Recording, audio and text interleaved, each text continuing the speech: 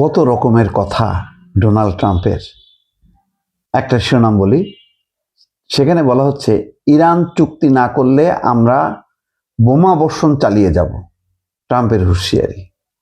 তার পরপরই শিরোনাম হচ্ছে যুক্তরাষ্ট্র এবং ইরান যৌথভাবে হরমুজ প্রণালী নিয়ন্ত্রণ করবে।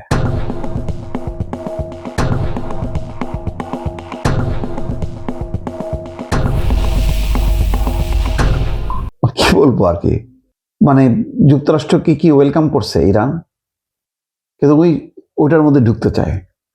এখন হ্যাঁ, ট্রাম্প একটা বিশ্বাসঘাতকতার কাজ করছে। ব্রিটিশ নিরাপত্তা উপদেষ্টা বলছিল যে তিনিও বিস্মিত যে আলোচনাটার এত ভালো একটা অগ্রগতি পর্যায়ে হঠাৎ করে হামলা চালানো হলো, এটা বিস্ময়কর। একটা পর্যায়ে আলোচনা থেমে গেল, তারপর ঠিক হলো যে পরবর্তীতে জেনেভায় আলোচনা শুরু হবে।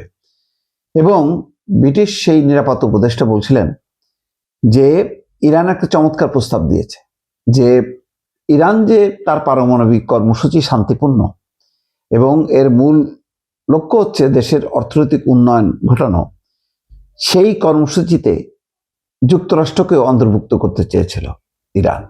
কিন্তু যুক্তরাষ্ট্র সেখান থেকে চুপ মেরে হঠাৎ করে আক্রমণ করলো।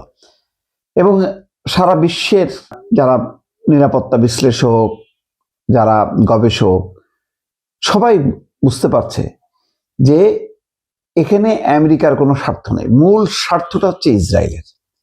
কারণ ইসরায়েল হচ্ছে মধ্যপ্রাচ্যের, সে হচ্ছে প্রধান শক্তি।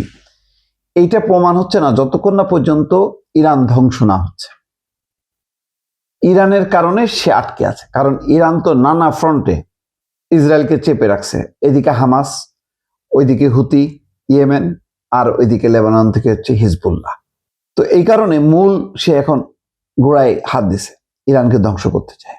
এখন দেখেন, ইরান চুক্তি না করলে আমরা বোমা বর্ষণ চালিয়ে যাব। এই চাপের অর্থটা কি? তুমি চুক্তি তো করতে চাইছিল, আলোচনা তো চলছিল, তো হঠাৎ করে এটা ভেঙে দিয়ে কাপুরুষোচিত হামলা, হঠাৎ বলা নেই কওয়া নেই, ইরানের প্রধান ধর্মীয় নেতাকে হত্যা করা হলো। এটা কি কোনো যুদ্ধের হইতে পারে? আত্মঘাতী হামলা, এটা কি কোনো বীরত্ব? যে ইরানের কোনো এক আত্মঘাতী গ্রুপ হঠাৎ করে উড়াই দিল ট্রাম্পকে, তো এইটা কি যুদ্ধ হবে? এটা তো আত্মঘাতী হামলা। তো ওই আত্মঘাতী পথ বেছে নিছে ট্রাম্প, এটাকে বলতেছে সে যুদ্ধ। যাই হোক, ইরান চুক্তিতে রাজি না হলে দেশটিতে বোমা বর্ষণ চালিয়ে যাওয়ার ঘোষণা দিয়েছেন মার্কিন প্রেসিডেন্ট ডোনাল্ড ট্রাম্প। স্থানীয় সময় আজ সোমবার মিসিসিপি অঙ্গরাজ্যের মেমফিসের উদ্দেশ্যে রওনা হওয়ার আগে ফ্লোরিডার বিমানবন্দরের কাছে এই কথা বলছেন যে গতকাল আলোচনা হয়েছে, গতকাল সন্ধ্যা পর্যন্ত এই আলোচনা চলেছে। ট্রাম্প বলছেন ইরান চুক্তি করতে খুবই আগ্রহী, যুক্তরাষ্ট্র চুক্তি করতে ইচ্ছুক।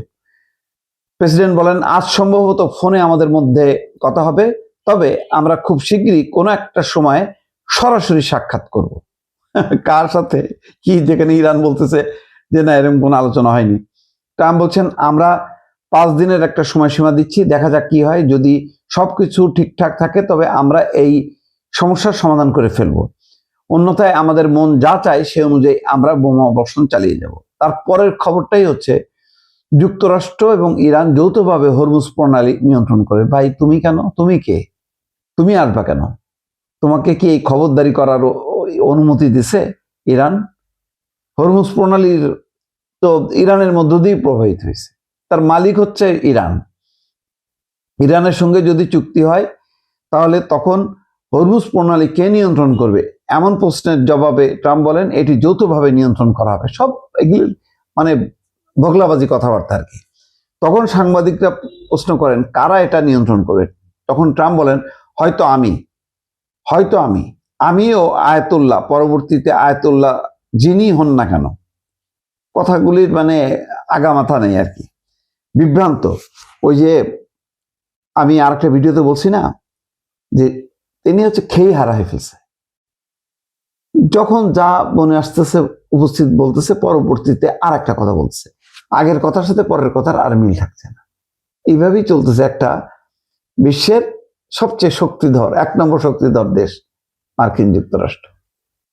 মেলে না, মানে যুক্তরাষ্ট্রের অন্যান্য প্রেসিডেন্টের সাথে এই ট্রাম্পের কোনো মিল খুঁজে পাওয়া যাবে না, যার কোনো স্ট্রেট কাট কোনো বক্তব্য নেই, একটা বক্তব্যে যে স্থির থাকতে পারে না।